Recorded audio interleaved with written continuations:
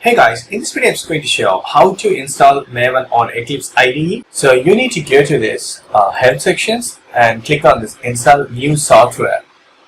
So I'm going to choose that. So you need to provide the URL here. So go to eclipse.org and M2E. This link I will be providing in the descriptions. Under M2E Eclipse plugin, right? So you need to just copy this installations link. Copy link address and paste it here. So click on add. You can give Maven. Click on add. It is trying to fetch that. So once the process is completed, you can see this Maven integration for Eclipse. So just enable this all and need to click on next. So I need to review this to be installed. So click on next.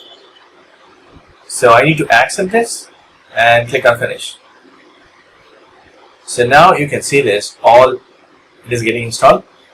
The installing software process is 4%. I need to wait for some time. So now it is installed. So I need to restart this. So launch. So now I'm going to verify whether Maven plugin is getting installed. So on the home page it's showing create a Maven project.